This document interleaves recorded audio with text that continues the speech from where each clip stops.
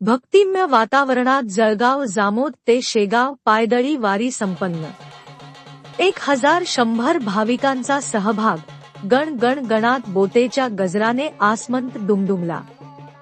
जळगाव जामोद प्रतिनिधी श्री संत गजानन महाराज यांच्या चरणी नतमस्तक होण्यासाठी प्रतिवर्षाप्रमाणे यावर्षीही धर्मवीर राजे संभाजी क्रीडा मंडळ व गजानन भक्त मंडळाच्या वतीने आयोजित जळगाव जामोद ते शेगाव पायदळ वारी मोठ्या उत्साहात आणि भक्तिमय वातावरणात संपन्न झाली।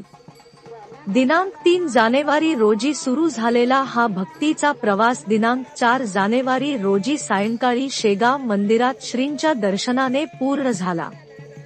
दिनांक 3 जानेवारी रोजी सकाळी जळगाव जामोद येथील संत गजानन महाराज मंदिरात नगर प्रदक्षिणा करून पायदळ वारीचे प्रस्थान झाले। रात्रीच्या विश्रांतीसाठी पालखी अंबिका माता मंदिर माळीखेल येथे विसावली। येथे भाविकांनी आरती व महाप्रसादाचा लाभ घेतला व दिनांक 4 जानेवारी रोजी पहाटे 5 वाजता पालखी शेगावकडे मार्गस्थ झाली। वडशिंगी येथे चहापाणी तर भेडवळ येथील स्वामी विवेकानंद शाळेच्या पटांगणात भाविकांसाठी पोहेनाष्ट्याची उत्तम सोय करण्यात आली होती। या वारीचे वैशिष्ट्य म्हणजे ठिकठिकाणी भक्तांनी दिलेली निस्वार्थ सेवा। यावेळी चिंचखेडा-त्रोडा मार्गावरील नाल्यामुळे भाविकांना अडथळा होऊ नये म्हणून भाविकांनी स्वखर्चाने जेसीपी लावून मार्ग सुस्थितीत केला।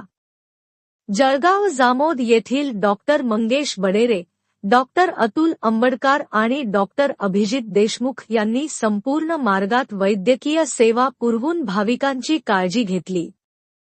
जानोरी येथे भाविकांसाठी भव्य महाप्रसादाचे आयोजन करण्यात आले होते। त्यानंतर सायंकाळी 4:30 वाजता ही पायदळी वारी शेगाव येथील मुख्य मंदिरात पोहोचली। विधिवत पूजा अर्चा झाल्यानंतर 600 महिला आणि 500 पुरुष अशा एकूण 1100 भाविकांनी श्रीचे मनोभावे दर्शन घेतले। पायदळवारी आटोपून परतणाऱ्या भाविकांच्या सोयीसाठी जळगाव जामोद आगाराच्या वतीने विशेष बसची व्यवस्था करण्यात आली होती, ज्यामुळे भाविकांना सुखकर प्रवास करता आला। भक्ती आणि शक्तीचा संगम असलेल्या या पायदळवारीने जळगाव जामोद ते शेगाव हा मार्ग गजानन महाराजांच्या जयघोषाने चैतन्यमय केला होता।